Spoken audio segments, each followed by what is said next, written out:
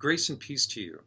My name is David Stubbs, and I teach ethics and theology here at Western Theological Seminary in Holland, Michigan. And I'd like to thank Movement West Michigan for inviting me to share a devotion with you this morning. For the devotion, I want to share a passage and hear and meditate on this passage from Luke, the book of Luke, and then also tell you a bit about a practice called restorative circles. Well, the passage comes from Luke 19. The setting is Jesus' triumphant entry into Jerusalem.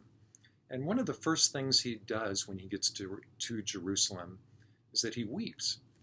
Here's the passage. Luke 19, verse 41. Listen for the word of the Lord.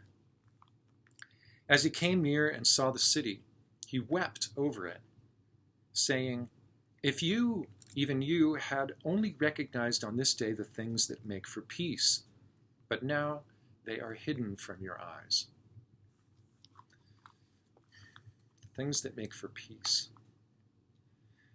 The word peace in that passage is irene. It's Greek. It's the Greek word for peace. And we get the word irenic from it. But behind that word is the Hebrew word shalom. And I think of shalom as people dwelling in proper relationship with God, with each other, with the earth around them. It's peace, shalom. What are the things that make for shalom? Well, one of the things that makes for shalom is this practice I'm involved in called restorative circles.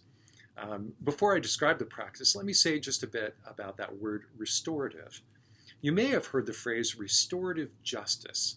And restorative circles is, in fact, I think it's a bright and shining star in this larger constellation of restorative justice practices. What restorative justice is it goes deeper than common ways of thinking about justice. It drills down to people, relationships, and communities. If you think about the way that conflict or justice is often done in our culture, often in situations of conflict or situations where wrongdoing has been done, people, they search out, they think about rules and laws, and they search out to see if a rule or law has been broken.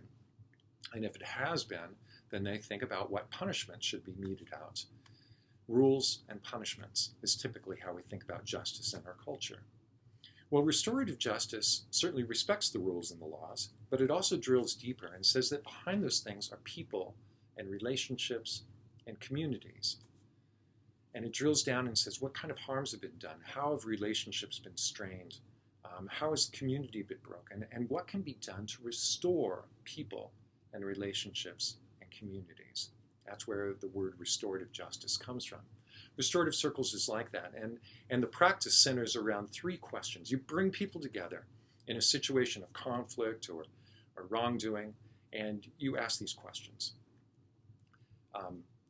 By the way, I use restorative justice in my family, my wife Lynn and I, in situations of conflict, like when our kids were in high school, sometimes things got a little heated, and we'd sit down and we'd ask these questions, restorative circle questions. Use them at Western Theological Seminary, in area high schools, junior highs, elementary schools. Use them at Hope College. People have used them around the world. There's been massive studies done on restorative circles and say that people are very satisfied with the outcomes of this practice. But what are those questions? The first one is this. What would you like known, and by whom, about how you are right now in relation to the event and its consequences? How are you? How has this situation affected you? How has it affected you, your relationships, the community?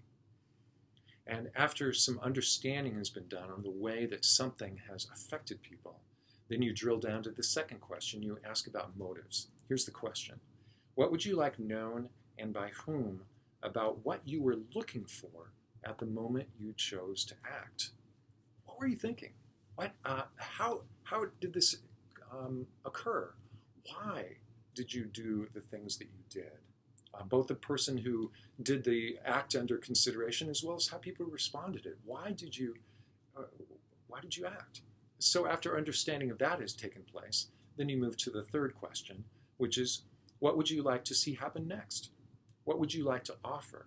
What would you like to request? How can we move into the future? That's pretty much it. think about that. Think about that in a situation of conflict within your family or within churches. And these questions can guide us into restoring relationships, I think, better than is often done. It's not rocket science, but but so often those kind of questions and that kind of movement of peacemaking within families or churches often doesn't happen. So I highly recommend that you find out more about restorative circles, and actually not only find out about it, but practice it in your families and your churches. And I think in that way we can follow our Lord a little bit better in striving for the things that make for peace. So grace and peace to you. May God bless you and keep you this day and always. Thanks for listening.